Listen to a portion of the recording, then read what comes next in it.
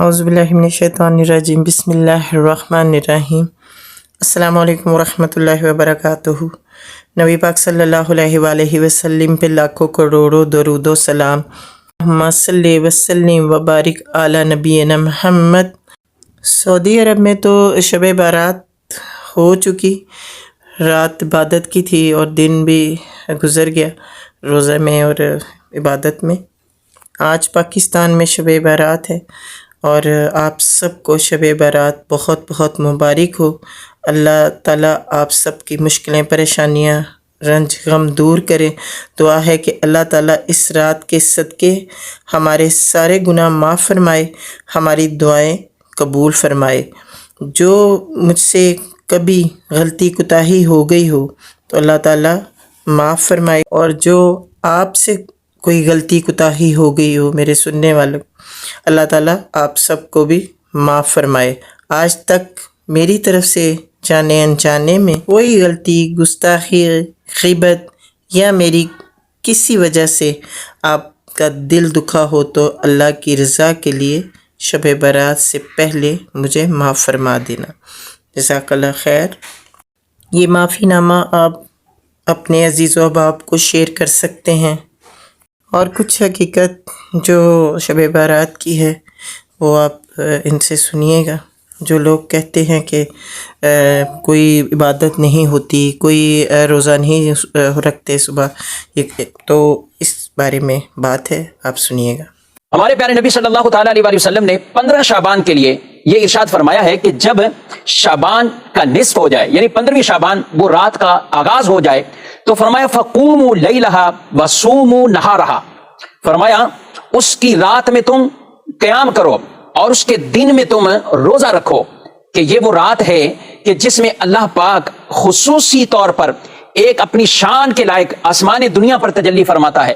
رب تبارک و تعالیٰ کی طرف سے اس رات میں ایک اعلان وہ کیا جاتا ہے، اور وہ اعلان یہ ہوتا ہے کہ ہے کوئی ایسا شخص کہ جو اللہ کی بارگاہ میں استغفار کرے کہ اس کی توبہ کو رب قبول فرمائے۔ سبحان اللہ۔ فرمایا ہے کوئی ایسا شخص کہ جو رزق مانگے اسے رزق دیا جائے، ہے کوئی ایسا جو کسی مرض میں مبتلا ہے، کسی آزمائش میں ہے، اللہ اسے عافیت عطا فرمائے۔ فرمایا یہ اعلان ہوتا رہتا ہے یہاں تک کہ طلوع فجر یعنی صبح کا وقت ہو جاتا ہے۔ دوسری روایت میں فرمایا قبیلہ بنی کلب کی بکریوں کے بالوں کی تعداد سے بھی زائد اللہ لوگوں کی اس رات بخشش مغفرت فرما دیتا ہے۔ اب ایسی بابرکت شب ہو، بابرکت ایسی رات ہو، آج افسوس سے کہنا پڑتا ہے کہ کچھ ایسی پوچھنے چلا دیتے ہیں، ایسی تحریریں وائرل کرتے ہیں، کوئی فضیلت اس کی نہیں۔ ارے کوئی فضیلت اس کی نہیں، یہ حدیث پاک میں واضح طور پر یہ فرمایا جا رہا ہے، رب تبارک و تعالیٰ کی طرف سے اعلان ہوتے گئے، رزق مانگنے والوں کو رزق دیا جاتا ہے، عافیت دی جاتی ہے، وہاں پہ توبہ قبولیت کی بشارتیں آ رہی ہیں۔ تو اس قدر برکتوں اور رحمتوں والی شب ہے، لوگوں کے رجحان عبادت کی طرف ہوتے ہیں، مسجد کی طرف ہوتے ہیں، آتے ہیں لوگ مسجدوں میں، ایک رونقیں اس طور پر قیام کرنے والے، عبادت کرنے والے، ذکر و اذکار کرنے والے، دین کی باتیں سیکھنے والے، سکھانے والے، یعنی گویا کہ کہیں کہ مسجد کے اندر ایک آبادی کا سلسلہ ہوتا ہے، مسجدیں آباد ہو رہی ہوتی ہیں، لیکن اس کے باوجود کوئی ایسی تحریریں چلا دیتے ہیں، اس کی کوئی حقیقت نہیں ہے۔ اس رات میں عام بولے بالے مسلمان بیچارے ان کو پڑھ کر ان کی شاید کیا کیفیت ہوتی ہوں گی، اور میں کہتا ہوں کوئی اپنی کیفیت ایسی نہ بنائے جب آپ علماء کے پیچھے ہیں، علماء آپ کو رہنمائی کر رہے ہیں، اور یہی سلف صالحین کا یہ انداز اور طریقے اور یہ روایت کن کے لیے بیان کی گئی، جس میں بطور خاص رسول اللہ صلی اللہ علیہ وسلم نے فَقُومُوا لَيْلَهَا یہ ارشاد فرمایا قیام کرو اس رات میں تم قیام کرو۔ تو جو آ رہے ہیں، جو پڑھ رہے ہیں، نماز اہتمام کر رہے ہیں، تو وہ نفلی عبادات کی طرف ہی آ رہے ہیں۔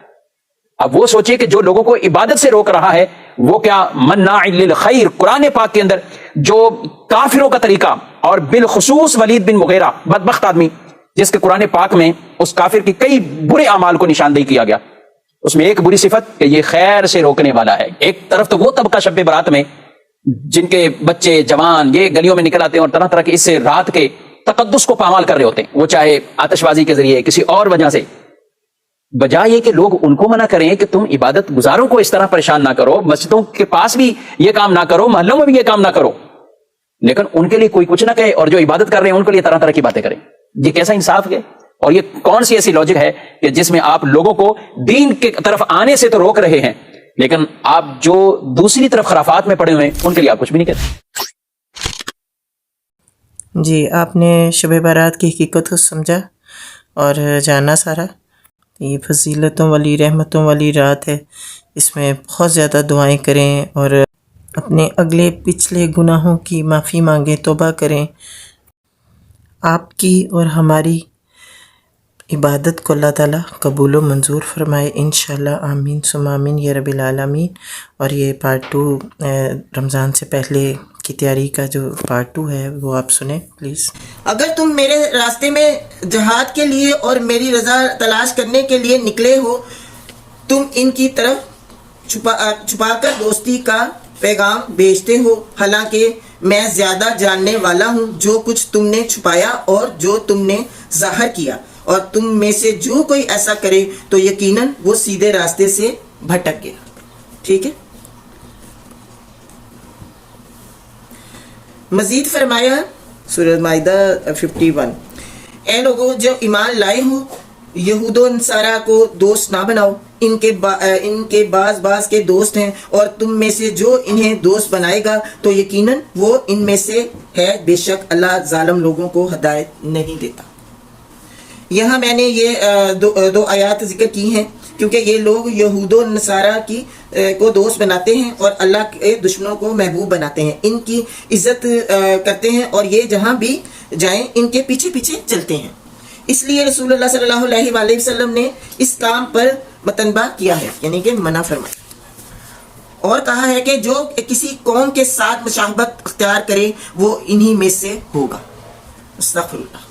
سمجھ رہے ہیں میری بات کو آپ لوگ؟ جی۔ چنانچہ مسلمانوں کو خصوصاً صاحب عقل اور دانش حضرات کی یہ ذمہ داری ہے کہ ان عورتوں کے متعلق اپنے دل میں خوف و خدا رکھیں جن کے بارے میں آن حضرت صلی اللہ علیہ وآلہ وسلم نے فرمایا، میں نے ان عورتوں سے زیادہ کم عقل اور ناقص دین کسی کو نہیں دیکھا جو ایک سمجھدار آدمی کی عقل زائل کر دیتی ہے۔ ٹھیک ہے، لہٰذا مرد ان عورتوں کو نت نئے فیشنز کے پیچھے چلنے سے روکیں جن کو ڈیزائن کرنے والوں اور ایکسپورٹ کرنے والوں کا یہی مقصد ہے کہ ہم اللہ تعالیٰ کو بھول جائیں، اپنے مقصد تخلیق سے غافل ہو جائیں اور صرف انہی اشیاء کے پیچھے رہنا اور انہی فیشن کی چکا چوندی میں پڑے رہنا ہماری واحد فکر ہو، جو مصیبت، برائی اور فساد کے علاوہ کچھ نہیں دے سکتی۔ جب آپ ان کے پیچھے لگ جاتے ہیں نا، ہمارے گھروں میں کتنی پریشانی آتی ہے، کتنی ہم تنگیاں دیکھتے ہیں، تو وہ کیونکہ ہم یہ نہیں سمجھ پا رہے ہوتے کہ ہم غلط کر رہے ہیں، ہم ان لوگوں کے پیچھے لگے ہوئے ہیں جو یہود و نصارہ ہیں، جو یعنی کہ لوگ اللہ تعالیٰ کو پسند نہیں تھے، ان کے پیچھے ان کے فیشن، ان کے مطلب ان سے دوستیاں کرتے پھرے، تو پھر ہمارے ساتھ جو مشکلیں، پریشانیاں، تنگیاں آتی ہیں وہ ہم ہی سہتے ہیں نا، ہمارے خاوند سہتے ہیں۔ تو ہمیں ان چیزوں سے بچنا چاہیے جس سے ہمارے اللہ نے بھی منع کیا ہے اور ہمارے نبی نے بھی منع کیا ہے، اور انسان کا اس دنیا میں صرف یہی مقصد رہ جائے کہ وہ اپنے پیٹ اور شرمگاہ کی شہوت کو تسکین پہنچائے۔ میرے خیال میں اس بال سنوارنے کے مراکز اور بیوٹی پارلر میں جانے میں کئی طرح کی ممانت ہے۔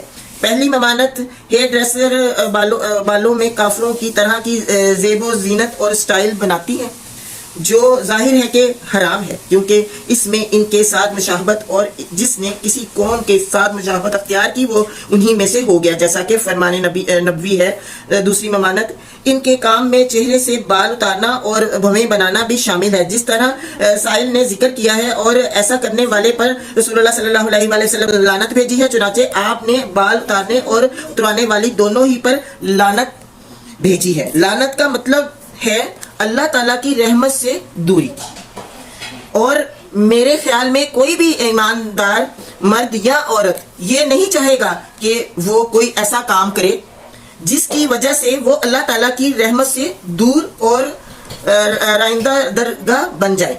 تیسری ممانت اس کام میں بلا مقصد زر کثیر صرف اور ضائع ہو جاتا ہے، یعنی کہ جو وقت ضائع ہوتا ہے، بلکہ ایک نقصان رسا اور ضرر خیز کام میں بہت زیادہ مال برباد ہو جاتا ہے۔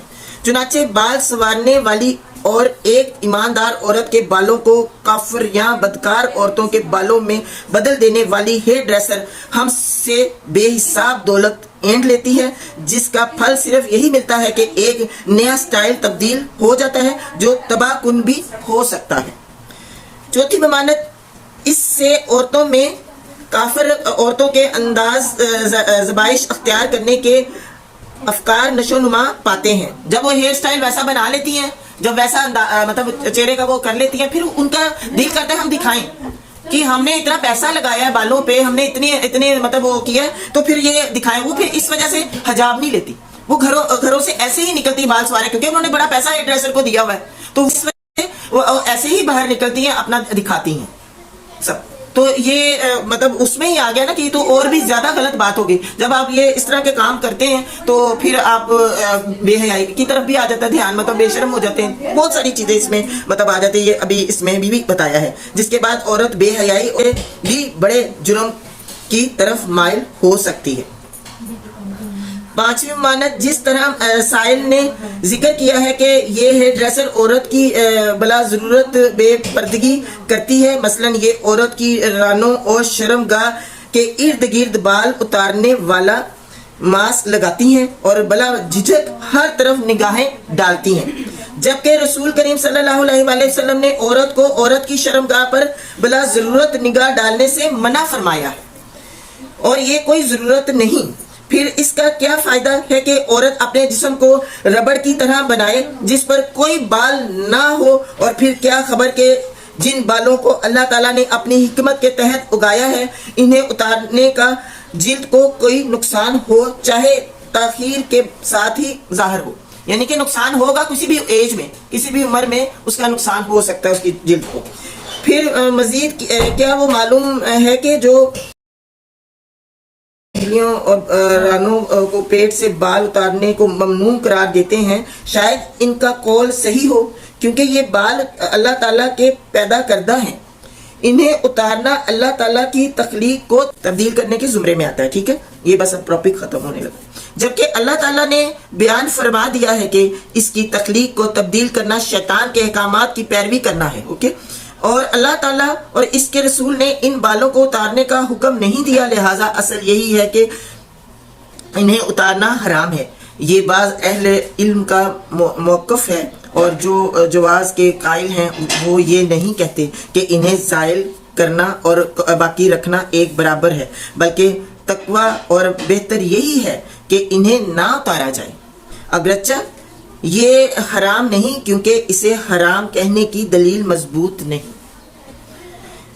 اور میں تاکید کے ساتھ یہ نصیحت کرتی ہوں کہ مرد و عورت دونوں ہی ان معاملات میں دھوکہ نہ کھائیں, اور میرے خیال میں ان بال سوارنے والیوں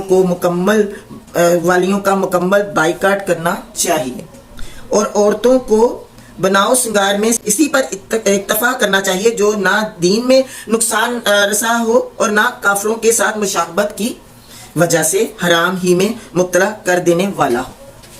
اگر اللہ تعالیٰ میاں بیوی کے درمیان محبت ڈالنا چاہے تو یہ اللہ تعالیٰ کی نافرمانی سے حاصل نہیں ہوتی. ہم کہتے ہیں نا کہ اپنے میاں نوں راضی کرنے سے سارے فیشن کرے, انہوں چنگے لگیے, ٹھیک ہے نا, یہی کہتے ہیں نا کہ ہمیں ہمارا خاوند تعریف ہماری کرے, اس کو اچھے لگے. اگر اس نے شادی ہی کر لی ہے, ٹھیک ہے, اگر وہ اس کو اچھا لگنا تو ایسے بھی لگ جائے گا, اور اگر نہیں اچھا لگنا تو آپ دل لگا لیں, سر سے پاؤں تک جو مرضی آپ کر لیں, اس نے آپ کی تعریف نہیں کرنی, وہ اپنا مگن رہے گا, ٹھیک ہے, اور آپ گناہگار ہو گئے اپنے خامند کے لیے. اور جو خامند یہ کروائے گا کہہ کے کہ منو ہے وال نہیں پسند, منو ہے چیز نہیں پسند, تو ہے بھی کرا کے وہ بھی کرا کے, وہ بھی پکڑ میں آ گیا. پھر وہ میاں بیوی دونوں, اور جو کرنے والی ہے اور جو کروانے والی ہیں, دونوں ہی پکڑ میں آ گئے. تو ان پہ اللہ تعالیٰ نے نبی صلی اللہ علیہ وسلم نے حدیث میں بتایا کہ ان کو لعنت دیجیے. نافرمانی سے حاصل نہیں ہوتی, بلکہ اس کی فرما برداری اور شرم و حیا کا پابند رہنے کے ساتھ حاصل ہوتی ہے. اللہ تعالیٰ سے دعا ہے کہ ہماری قوم کو دشمنوں کی سازشوں سے محفوظ رکھے, اور ہمیں اپنے سلف و صالحین کی شرم و حیا کا وارث بنائے. انشاءاللہ اللہ تعالیٰ ہمیں توفیق دے کہ ہم نے جو سنا ہے, جو کہا ہے, اس پہ عمل ضرور کریں. اور اس طرح کے بہت سارے ٹاپک ہیں, انشاءاللہ جیسے جیسے پروگرام ہوتے جائیں گے ہم ان کو آگے لے کے چلیں گے, ٹھیک ہے. تو یہ رمضان کی بات کرنے سے پہلے اس وجہ سے یہ ٹاپک چھیڑا ہے کہ آپ یہ سب بھی حرام کام بھی کرتے جائیں, نبی کو وہ ناراض کرتے جائیں, اللہ کو ناراض کرتے جائیں, اور روزے رکھتے جائیں, تو اللہ تعالیٰ کو آپ کا بھوکا رہنا پسند نہیں ہے. اللہ تعالیٰ کو آپ کا وہ جو آپ اللہ تقوی کے ساتھ, یعنی کہ ہر چیز وہ چھوڑ کے جو اللہ تعالیٰ نے منع فرمائی ہے, نبی نے منع فرمائی ہے, اس کو چھوڑ کے جب آپ روزے رکھتے ہیں, جب آپ عبادت کرتے ہیں, وہ پھر آپ کو اس کا اجر و ثواب ملتا ہے, ٹھیک ہے. تو اس لیے یہ اس ٹاپک کو چھیڑا ہے تاکہ اس پہ بھی غور کیا جائے اور جب ہم روزے رکھیں تو وہ یہ دماغ میں ہمارے یہ چیزیں رہیں. اور اس میں بہت ساری مطلب جو بھی رمضان کا اس میں ہم نے ٹاپک ہے اس میں بھی بہت ساری مثالیں بتا کے اس کو سمجھایا گیا ہے. ٹھیک ہے.